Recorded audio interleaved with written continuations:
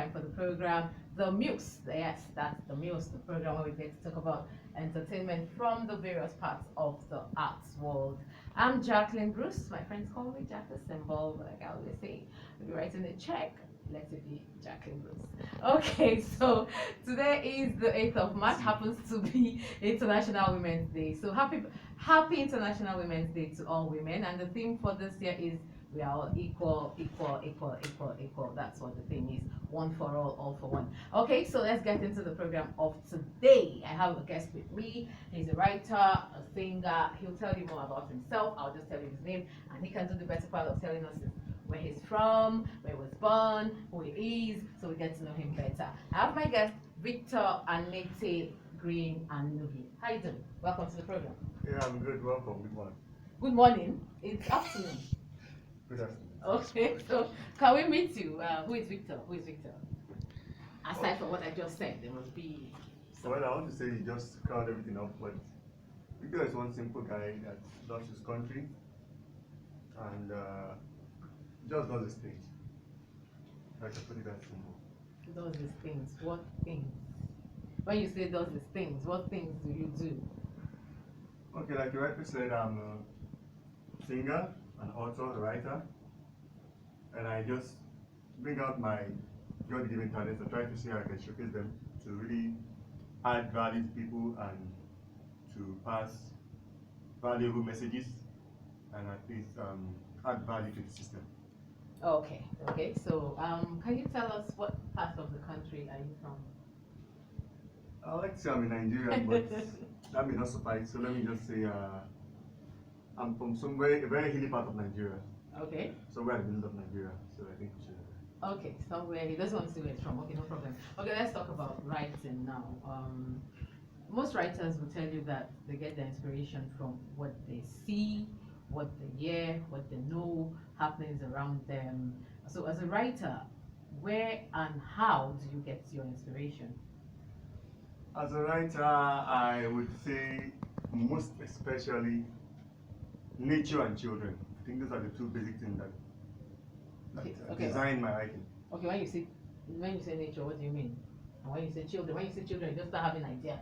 Children just start giving you ideas. Not like that. exactly. Okay, so how? You don't understand. Make us understand. Like the kind of pattern of writing I do Mm. depends on where I get my inspiration from. Okay. And most of the people that are affected by crisis, wars, and all that are mostly children and women. Okay. So when I say children, it has to do with how I write and what I write about. But when I say nature, it has to do with the environment. I'm the kind of literary kind of writer where I use nature around me, maybe mountains, stuff like that, and use them in my lyrics of writing to put up the message through maybe metaphor or thereabout. Okay, so let's look at some. How many works have you done So far, or done. published? There could be works and not published. Yeah. So we know that there's a difference. You could have things on the ground that you've not put out there in the market. But for the one that can be accessed, can be. I have one work already, Okay. and I'm working on two that I'm just hoping to conclude soon. Okay, the one you have on the ground, what's it called? It's called Sunset in Northeast Nigeria. What's it about? It's about the war and how it affected children and how the military put out its best to try and see how best it could do to curtail it and how it really devastated that part of Nigeria and really made them to go back in the calendar of the world. And it just tells about how the whole world should come to see their plight and just see how everybody can put hand on deck to just make it an everybody's thing. Okay, so can you tell us some excerpts of the book and what really led you to write that book? Was it from a personal experience or from people's experiences or from what was happening at that point in time? Were you there? What led to the inspiration of writing Sunset in Northeastern Nigeria? Well, it was from two parts. It was partly from people's experience because there are people there before me. Yeah. And at some point found myself there and I was drawn from the inspiration of things that I saw happening and how I saw the dejection of people and the destitution and how people were suffering and everybody was trying his best to see how he can help them out and stuff like that. And it really touched me to really see how I can put myself into their shoes and write a story that will really talk about what is going on with them and how the world should come to their aid and all this kind of stuff. Because I really put myself in their shoe and wondered if a child was born in that part of the area in this time of the world and how I think if you say an extra, I think I once went to Kunduga, and on my way to Kunduga, I just saw a school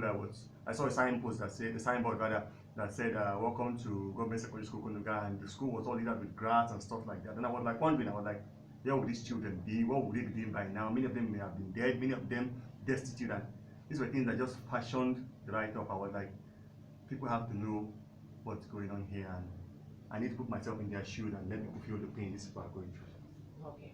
All right. So, how would you say people's reception or perception is about books in Nigeria? Do we read?